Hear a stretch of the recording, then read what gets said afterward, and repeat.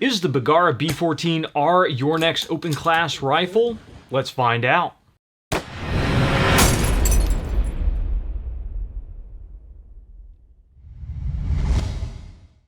I'm John McQuaid with 8541 Tactical, and today we are going to talk about the B-14R from Bergara. Now, the B-14R is a really cool rifle chambered in .22 long rifle. There are a couple of other chambering options available, but the one we have in front of us is .22 long rifle, and we were going to talk about it specifically because I want to talk about it in reference to NRL 22 and PRC 22 competition. Now, the first time I actually got a chance to get behind the B-14R was at last year's NRL 22 championship, and Bergara was a title sponsor of the championship, so I got to talk to them a little bit, get behind the rifle, and at that point, the closest rifle to this that I had shot would be the Voodoo V22. Now, a lot of people jump on the Voodoo V22s because they have a lot of things going for them, but the main thing is it is a Remington 700 pattern rifle chambered in .22. Well, Bergara kind of did the exact same thing with the B-14R.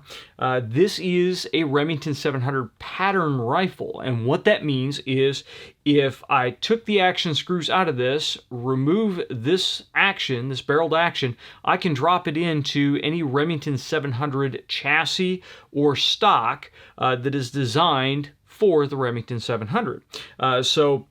The MDT chassis out there, Masterpiece Arms, XLR, McMillan stocks, these are all things that we have swapped the rifle around in, and it drops in and bolts right in.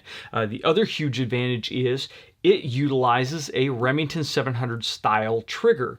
So the trigger still mounts in the same way that the Remington 700 trigger is. So you can grab a Trigger Tech or a Timney or whatever your favorite Remington 700 trigger is, and it will probably work in the B-14R. So this allows you to take a B-14R action and you can build this thing up to mimic your centerfire competition rifle if you have a centerfire rifle, or you can set this up with a huge number of aftermarket parts and accessories. The scope rail is even the Remington 700 spec as well, so you don't have to worry about finding specific scope bases to fit this rifle itself. So we're going to run down through the B-14R muzzle to buttstock, and we'll talk about the different features on it. The first one is up here at the front. We do have a threaded barrel with a really nice thread protector on it, and the barrel is threaded half 28, so it will fit most standard 22 muzzle devices and suppressors. I have run this with a Gemtech Outback 2 on it. It works absolutely fine. Now we come back to the barrel. This is the B-14R steel, so we do have a standard steel barrel on this. You can get the B-14R carbon for just a little bit more money, and that gives us a carbon wrap barrel, and the overall weight of the rifle is a little bit lighter.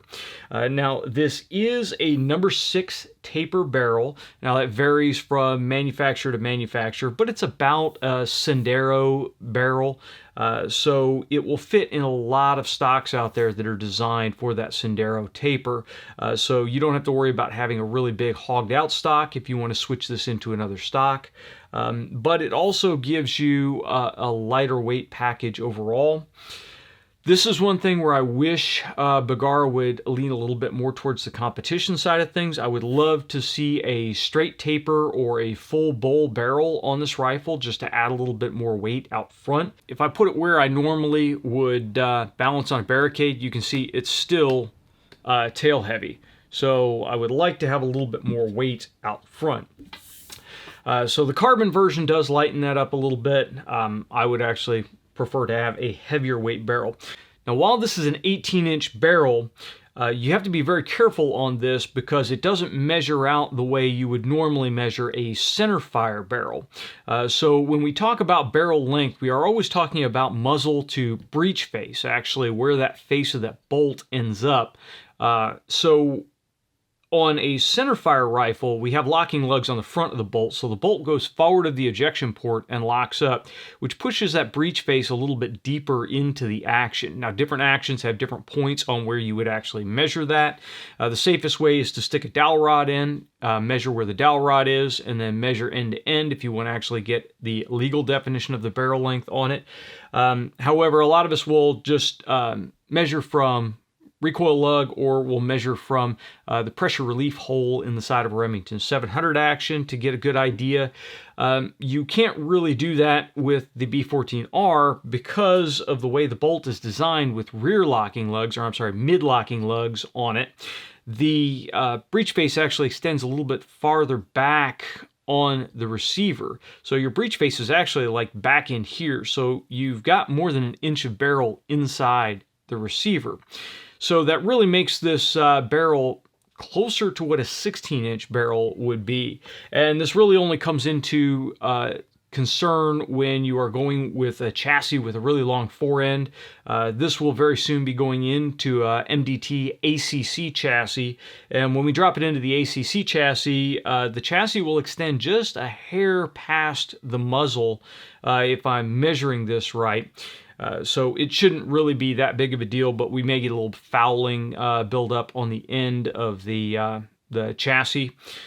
When we put a suppressor on it, it's a non-issue anymore because the suppressor will extend well beyond the end of the chassis. But it's something you want to keep in mind depending upon what your aesthetic ideas are, how you want to see everything lined up. So an 18-inch barrel does not really end up looking like an 18-inch barrel on a centerfire gun. So the twist in the barrel is 1 in 16, so 1 turn in 16 inches, which is fairly standard for a rimfire barrel, a 22 long rifle barrel. Now the weight of the overall rifle is 9.2 pounds. That is without the scope base, without the bipod, dry, no magazine, all that stuff. So it's a lightweight rifle overall, but when we're talking about 22 rimfires, it feels like a substantial rifle. It feels like a real rifle, not like a toy. Unfortunately, a lot of 22 rimfires, even if they're designed for adults, they feel plasticky, they feel too light, they feel like toys. That's fine if you're going to be tromping through the woods, hunting rabbits or whatever, but if you are shooting it in competition, you generally want a little bit more weight. Weight helps you resist vibrations, resist sway, all that. It just gives a better feel to the rifle overall. So this is going to be about right. It's going to hit that midpoint to where I can give this to a younger shooter and they're not going to struggle with it depending on how heavy a scope I put on here. But when I hand it to an adult, it feels like a solid rifle. It does not feel like a toy. So we'll come back here and we'll talk about the bipod arrangement. First of all, I do have a Harris bipod on here right now. The stock has 2 sling swivel studs in it. So you do have the ability to mount the bipod on the front one, and you can still mount a sling on the back one. I rarely ever use sling stud mounted slings anymore. So thankfully, the B-14R has 4 flush cups built into it. This is great because I have much higher expense rifles than this that don't have that many flush cups mounted into it. So it's really cool that this comes out of the box with flush cups on both sides, so you can use a QD sling and you can set it up however you need to set it up for the situation. Now, my preference would be for a Picatinny rail or an Arca rail on the bottom here. Really, I lean more towards an Arca rail, but there are companies like Area 419 that make Arca rails that will go on here. Henderson Precision also makes Arca rails that will bolt on. You may have to do a little bit of modification to the stock to get the rail to mount really solidly on here, so you may have to drill and screw in some rear mounting points for it. Or you can run just a small Arca rail up front. That again would be my preference for competition. But if you need to run in an unmodified state, you can throw a Harris bipod on here. That is what I've been doing for the last handful of competitions that I've shot this gun in. and it works just fine. We come back a little bit farther here, we'll talk about the magazine. Now, this is advertised as an AICS spec magazine. I will tell you that I've done a lot of research on it, and I have come up with articles and people saying that they have gotten Voodoo magazines to work in this. I have not so far been able to get Voodoo magazines to work in it. I've got the standard V22 10-round magazines. I also have one of their aluminum 12-round magazines, and those haven't really, I haven't got them to feed reliably in the factory stock. Now, when we switch over to a chassis, we'll see how they do in a chassis, but that's outside the scope of this review because there are so many variables as far as magazine fit and chassis systems that we can't tell you it will or won't work. It's something you're going to have to try on your own. Now, the magazines themselves are not bad magazines. They are all polymer with the exception of the spring that is inside them. And they are 10-round capacity magazines, so for most of your local matches, these are going to work just fine. The issue that we run into is rimfire rifles are not 100% reliable. There are issues where you may either inadvertently eject a cartridge or you may have a dead cartridge where you need to cycle it, and if you're on the clock, you don't want to risk just recocking the rifle and hoping that cartridge will light on the second go. You want to get that out there and get a fresh cartridge in to have the best chance of getting your shot off. So I would really prefer a 12 or 15 round magazine. At this time, I have not found anyone that makes a reliable magazine extension for the B-14R mags. There is one company out there that I'm not going to mention right now because we purchased one of their magazine extensions. They sent us two of them, and I've not been able to get either of them to work reliably in this, and the company doesn't post a customer service email, so there's no way for us to get back and communicate with them and figure out what is going on. MKM Machine is working on a magazine extension that I'm sure once they actually release it will work very well. Most of their products work great.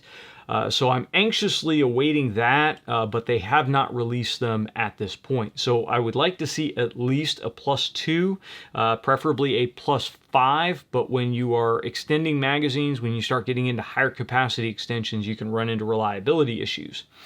The best answer would be to have Bergara come out with a 15-round magazine. They could very easily do that, I think, and that would be fantastic because these magazines do work reliably. The 10-round magazines, I have no complaints. They work exactly as they were designed. My only complaint is I wish the capacity was larger. And actually, 22s, especially match 22s, tend to be gummy. They tend to have a lot of lubrication on them, so from time to time you need to break your magazines down and clean them. And the B-14R mags, they break down extremely easy. I mean, that's it. The magazine is disassembled. Putting it back together is just as easy. You just have to make sure you drop the follower in the correct direction. In. Floor plate back on, follower on, and there we go. It's back together. So very easy to disassemble, clean, and reinstall. The magazines insert well. They don't really rattle. They're good to go. So no real complaints with the magazines other than I wish they were higher capacity. I will talk about loading the magazines. For instance, Voodoo mags, a lot of other 22 mags, they have little ears on them so you can pull down with your fingers and relieve the spring tension, so it makes it easier to load 22 cartridges into them. The B-14R mags do not have that. You just simply push the cartridge down, so you'll take the rim of the next cartridge, push it in the middle of the previous cartridge, and slide it back, and you just have to do that for all 10. Since it is only a 10-round magazine, that's not really that big of a deal. The spring pressure is not enough that you're struggling to load those last rounds.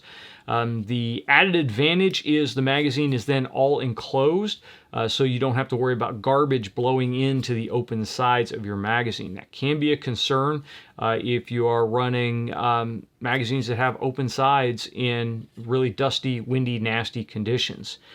So that's a pro or a con depending upon how much difficulty you have with loading magazines.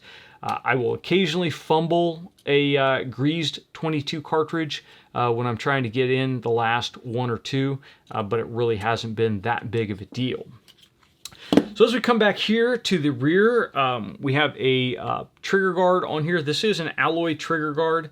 The magazine release is a really nice feature. They put little ears on it, so when I am in position, I can use my trigger finger to reach forward and drop that magazine, or of course, I can come up with my support side thumb and hit it to release and clear the magazine. The magazines do drop free, so if you need to do a magazine change on the clock, that's really nice. You can dump one mag while you're going for your spare, come up, get the new mag in, and off you go. Did not have any problems with dislodging the magazine against barricades throughout all the matches that I've shot with it. So really, really nice setup there. Now we're going to come up and we'll talk about the action. Now when we're talking about the action, we do have to keep in mind that the MSRP on this is $1,150. That's for the whole rifle.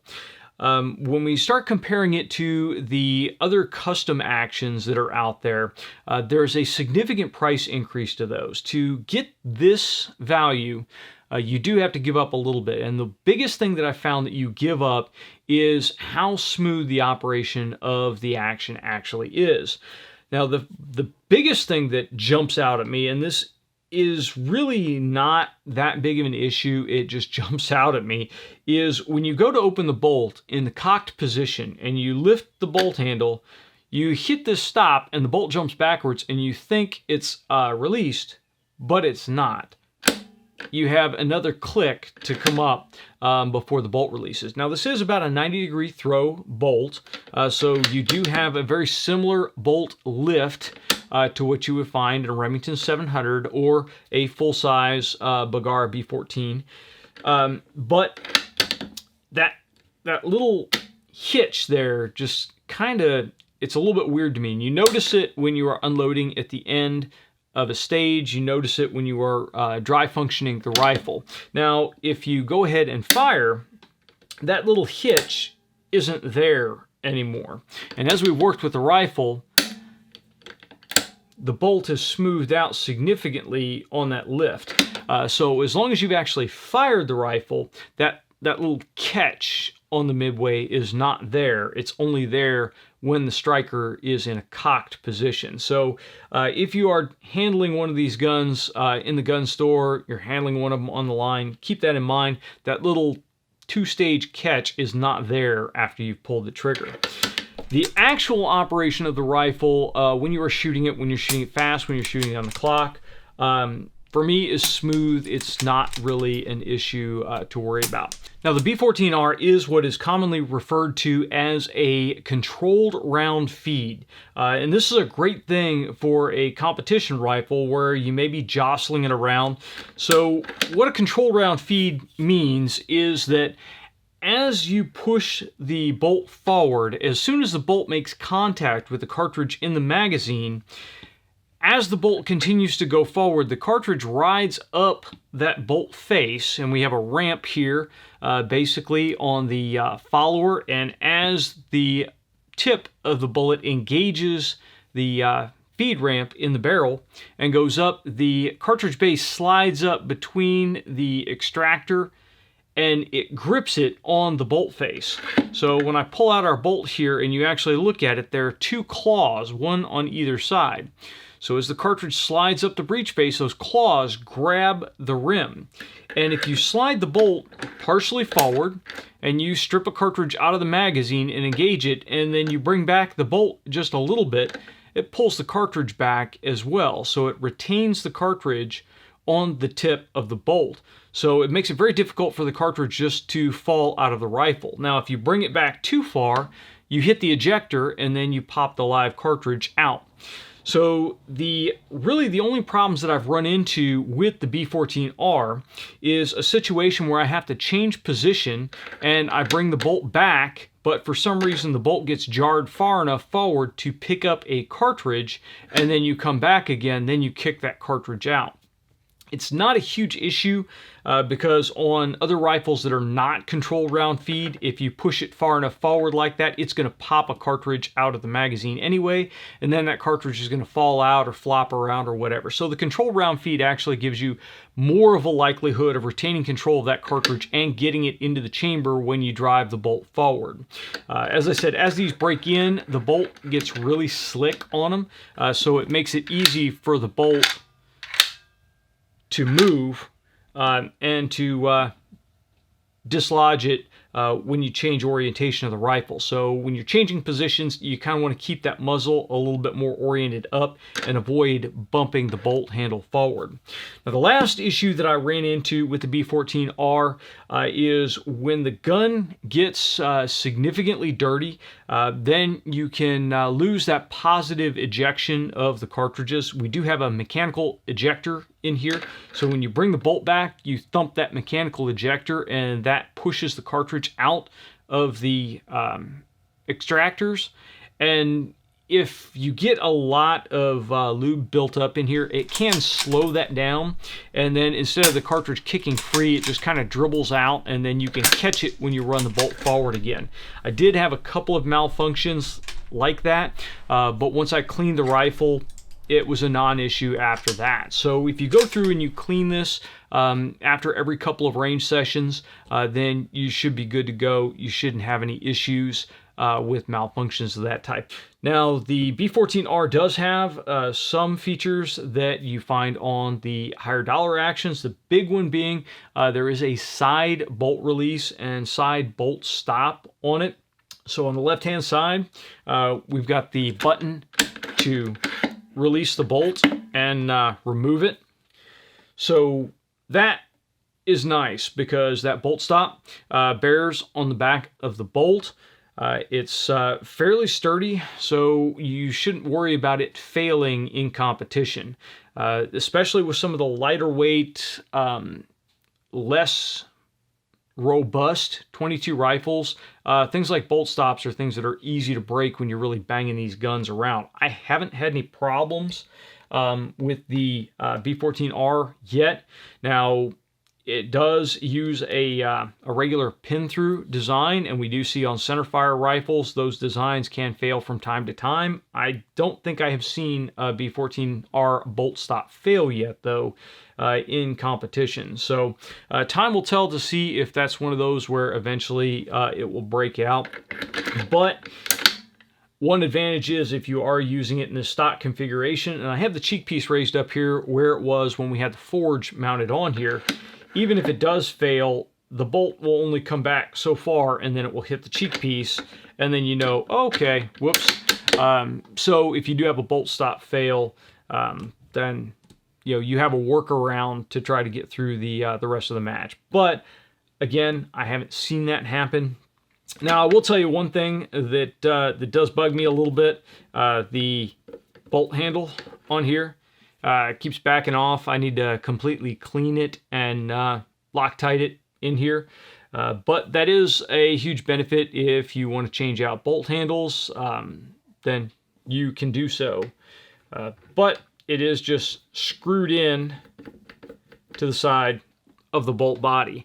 And occasionally it will start to unscrew. It takes a couple of rotations before you run into a problem, but it's just one of those checks. I'll make sure that the bolt handle is tight.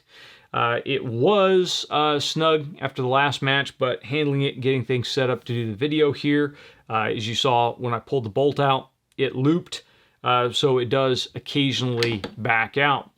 So just something you want to check when you get out of the box, clean the threads, throw some Loctite on it, screw it back in, and make sure it is stuck in there.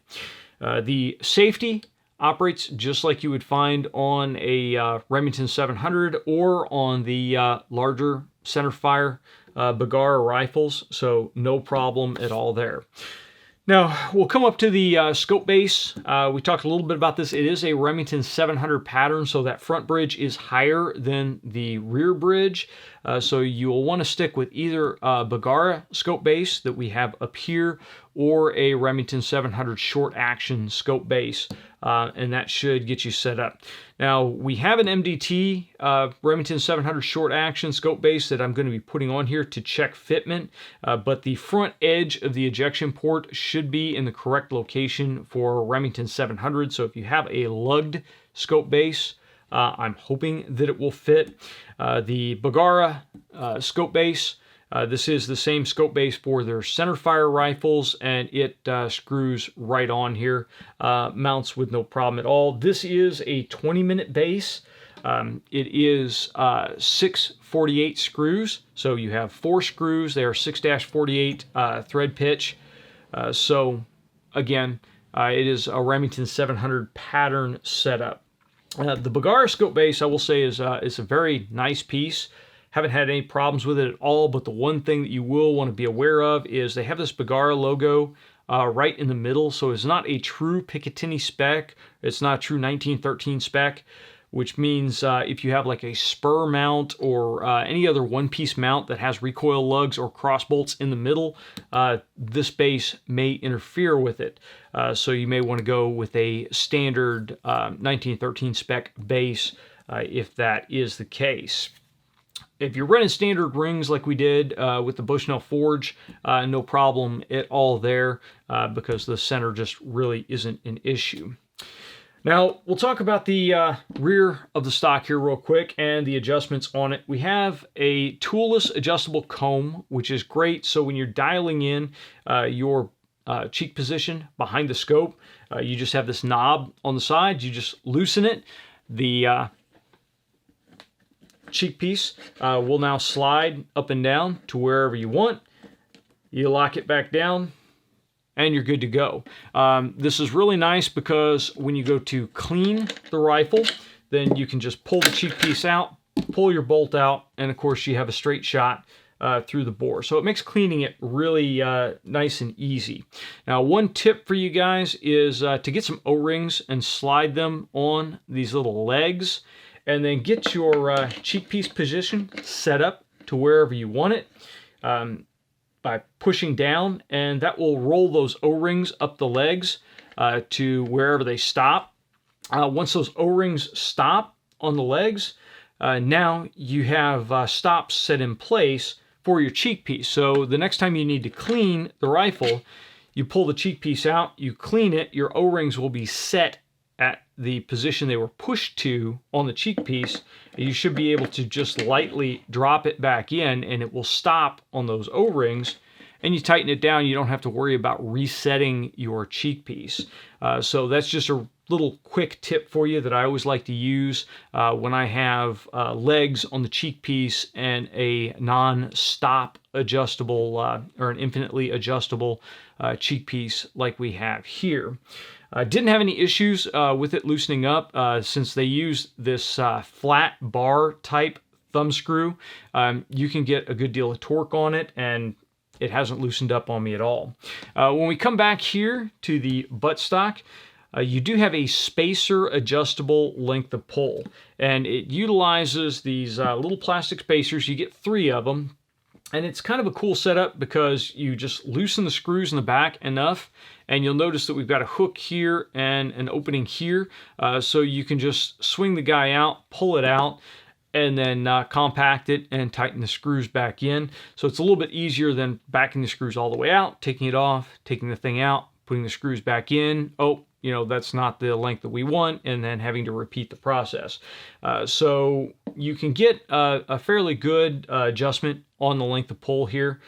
So it was nice that they included that right out of the box. It would be nicer if it was toolless, but if it was toolless, that would bump the price up a little bit more. So that's another reason to upgrade to a chassis later on down the line, especially if you're swapping this between younger shooters and older shooters.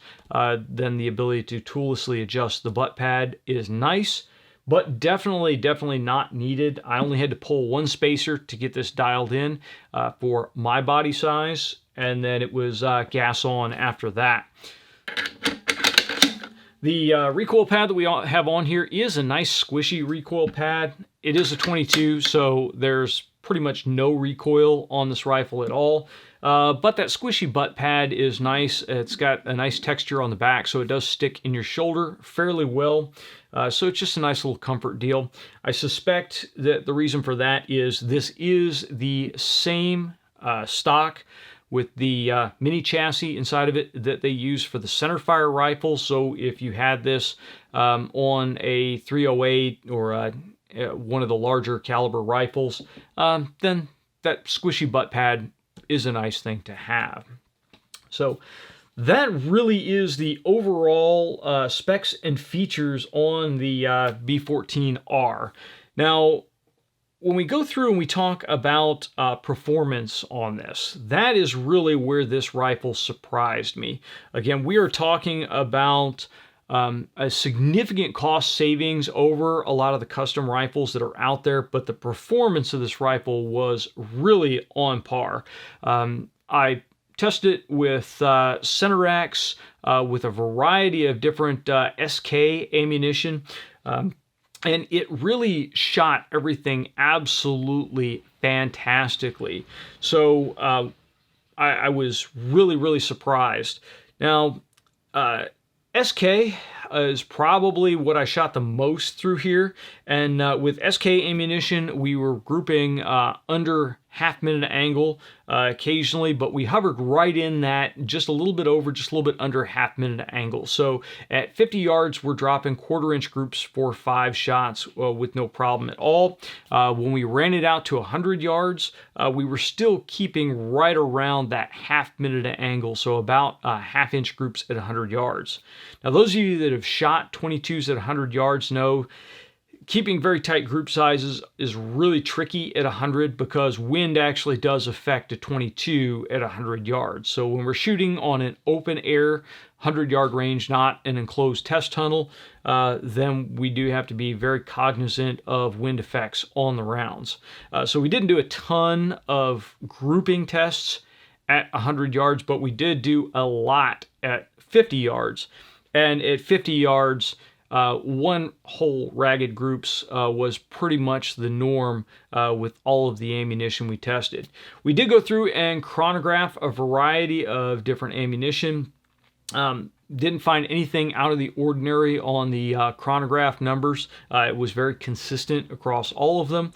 So really, I can give thumbs up on the performance of this rifle. Now, the Voodoo V22 that we have on deck is a little bit more accurate, but again, significant price difference between the two. So if money is no option and you're trying to decide between the two, the Voodoo V22 is the clear answer. If you are not going all in and you want a gun that is going to be fun, it's going to really be able to compete in open class, then the B-14R is a great option for a significant less amount of cash. I have greatly enjoyed shooting this rifle. You guys that have watched our previous videos know this is the rifle that I am planning on taking to nationals. So we're going to get ready to drop it in an MDT ACC chassis, throw a Trigger Tech trigger on here, put a new Bushnell scope on here, and we'll get it ready to roll for the Nationals and see how well it performs there. But I have a feeling that if I don't turn in a great performance at Nationals, it's going to be all to do with my performance and not the rifle itself. So that is the long-winded B-14R review. I can definitely give it a thumbs up. It is a great little rifle. If you want to shave some weight off and you're looking to equip a young gun, then take a look at the B-14R Carbon. It's just a little bit more money, a little bit less weight. My preference is for the B-14R Steel because we do have the steel barrel, a little bit more weight out front, a little bit better balance in the package to start with. And then finally, if you want to roll your own, then you can get just the barreled action that comes with one magazine. So You don't have to worry about what you're going to do with the stock afterwards. You can just grab the barreled action, drop it in your chassis of choice that's designed for the Remington 700, and roll that way. So really, you've got quite a few options when it comes to the B-14R and how you want to outfit it. So that is our review of the B-14R. If you guys like the video, please make sure you like, share, and subscribe. If you have any questions or comments over anything we've covered, drop in the comment section below or send it to us on Facebook or Twitter.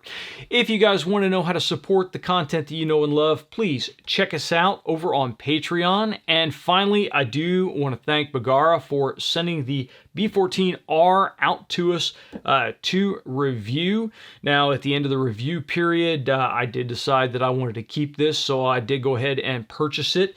So this is my rifle now, so it's found its forever home and it gets to stay here with us. So that's going to do it, and until next time, get out and shoot.